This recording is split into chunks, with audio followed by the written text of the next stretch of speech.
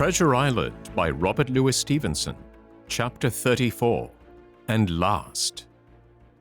The next morning we fell early to work for the transportation of this great mass of gold near a mile by land to the beach, and thence 3 miles by boat to the Hispaniola, was a considerable task for so small a number of workmen. The 3 fellows still abroad upon the island did not greatly trouble us. A single sentry on the shoulder of the hill was sufficient to ensure us against any sudden onslaught, and we thought, besides, they had had more than enough of fighting. Therefore the work was pushed on briskly. Gray and Ben Gunn came and went with the boat, while the rest, during their absences, piled treasure on the beach. 2 of the bars, slung in a rope's end, made a good load for a grown man, one that he was glad to walk slowly with. For my part, as I was not much use at carrying, I was kept busy all day in the cave packing the minted money into bread bags. It was a strange collection, like Billy Bones's hoard for the diversity of coinage, but so much larger and so much more varied that I think I never had more pleasure than in sorting them.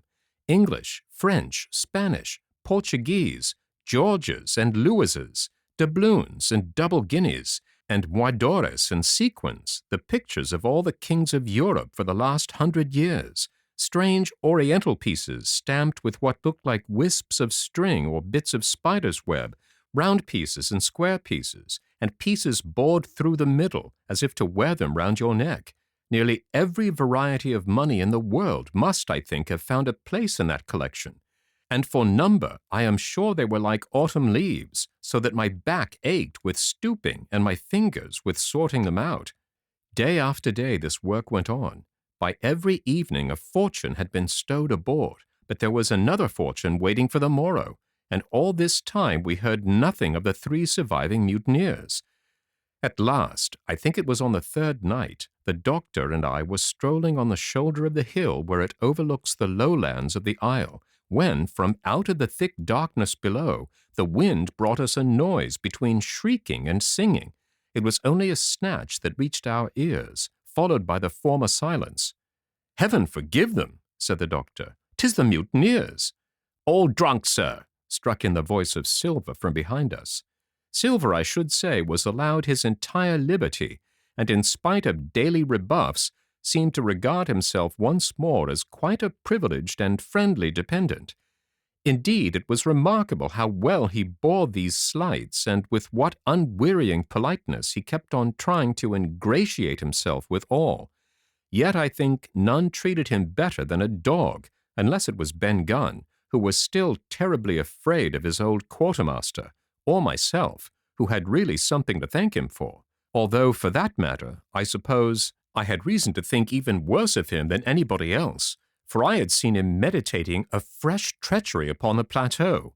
Accordingly, it was pretty gruffly that the doctor answered him. "Drunk or raving?" said he. "Right you were, sir," replied Silver, "and precious little odds which to you and me." "I suppose you would hardly ask me to call you a humane man," returned the doctor with a sneer, "and so my feelings may surprise you, Master Silver, but if I were sure they were raving, as I am morally certain one, at least, of them is down with fever, I should leave this camp, and whatever risk to my own carcass, take them the assistance of my skill." "Ask your pardon, sir, you would be very wrong," quoth Silver. "You would lose your precious life, and you may lay to that. I'm on your side now, hand and glove, and I shouldn't wish for to see the party weakened, let alone yourself, seeing as I know what I owes you. But these men down there, they couldn't keep their word. No, not supposing they wished to. And what's more, they couldn't believe as you could." "No," said the doctor. "You're the man to keep your word, we know that." Well, that was about the last news we had of the 3 pirates. Only once we heard a gunshot a great way off, and supposed them to be hunting. A council was held, and it was decided that we must desert them on the island, to the huge glee, I must say, of Ben Gunn, and with the strong approval of Gray. We left a good stock of powder and shot, the bulk of the salt goat, a few medicines, and some other necessaries, tools, clothing, a spare sail, a fathom or 2 of rope, and by the particular desire of the doctor, a handsome present of tobacco. That was about our last doing on the island. Before that, we had got the treasure stowed and had shipped enough water and the remainder of the goat meat in case of any distress, and at last, one fine morning, we weighed anchor, which was about all that we could manage, and stood out of North Inlet, the same colors flying that the captain had flown and fought under at the Palisade. The three fellows must have been watching us closer than we thought for, as soon as we had proved, for coming through the Narrows we had to lie very near the southern point, and there we saw all three of them kneeling together on a spit of sand, with their arms raised in supplication. It went to all our hearts, I think, to leave them in that wretched state, but we could not risk another mutiny, and to take them home for the gibbet would have been a cruel sort of kindness. The doctor hailed them and told them of the stores we had left, and where they were to find them, but they continued to call us by name and appeal to us, for God's sake, to be merciful, and not leave them to die in such a place. At last, seeing the ship still bore on her course, and was now swiftly drawing out of earshot, one of them, I know not which it was, leapt to his feet with a hoarse cry, whipped his musket to his shoulder, and sent a shot whistling over Silver's head and through the mainsail. After that, we kept under cover of the bulwarks, and when next I looked out, they had disappeared from the spit, and the spit itself had almost melted out of sight in the growing distance. That was, at least, the end of that, and before noon, to my inexpressible joy, the highest rock of Treasure Island had sunk into the blue round of sea. We were so short of men that everyone on board had to bear a hand, only the captain lying on a mattress in the stern and giving his orders, for though greatly recovered, he was still in want of quiet.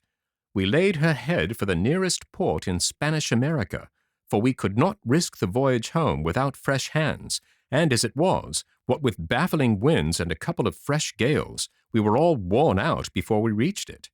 It was just at sundown when we cast anchor in a most beautiful landlocked gulf, and were immediately surrounded by shore boats full of Negroes and Mexican Indians and half-bloods selling fruits and vegetables and offering to dive for bits of money. The sight of so many good-humored faces, especially the blacks, the taste of the tropical fruits, and above all the lights that began to shine in the town, made a most charming contrast to our dark and bloody sojourn on the island. And the doctor and the squire, taking me along with them, went ashore to pass the early part of the night. Here they met the captain of an English man-of-war, fell in talk with him, and went on board his ship, and in short had so agreeable a time that day was breaking when we came alongside the Hispaniola. Ben Gunn was on deck alone, and as soon as we came on board he began, with wonderful contortions, to make us a confession. Silver was gone. The maroon had connived his escape in a shore boat some hours ago, and he now assured us he had only done so to preserve our lives, which would certainly have been forfeit if that man with the one leg had stayed aboard. But this was not all. The sea cook had not gone empty-handed. He had cut through a bulkhead unobserved, and had removed one of the sacks of coin, worth perhaps 300 or 400 guineas, to help him on his further wanderings. I think we were all pleased to be so cheaply quit of him. Well, to make a long story short, we got a few hands on board, made a good cruise home, and the Hispaniola reached Bristol just as Mr. Blandley was beginning to think of fitting out her consort. 5 men only of those who had sailed returned with her. Drink and the devil had none for the rest, with a vengeance, although, to be sure, we were not quite in so bad a case as that other ship they sang about. With 1 man of a crew alive, what put to sea with 75? All of us had an ample share of the treasure, and used it wisely or foolishly according to our natures. Captain Smollett is now retired from the sea. Gray not only saved his money, but being suddenly smit with the desire to rise, also studied his profession, and he is now mate and part owner of a fine full-rigged ship, married besides, and the father of a family. As for Ben Gunn, he got £1,000, which he spent or lost in 3 weeks, or to be more exact, in 19 days, for he was back begging on the 20th. Then he was given a lodge to keep, exactly as he had feared upon the island, and he still lives, a great favourite, though something of a butt, with the country boys, and a notable singer in church on Sundays and saints' days. Of silver we have heard no more. That formidable seafaring man with one leg has at last gone clean out of my life, but I dare say he met his old negress, and perhaps still lives in comfort with her and Captain Flint. It is to be hoped so, I suppose, for his chances of comfort in another world are very small. The bar silver and the arms still lie, for all that I know, where Flint buried them, and certainly they shall lie there for me. Oxen and wain ropes would not bring me back again to that accursed island, and the worst dreams that ever I have are when I hear the surf booming about its coasts, or start upright in bed with the sharp voice of Captain Flint still ringing in my ears. Pieces of 8, pieces of 8. The end.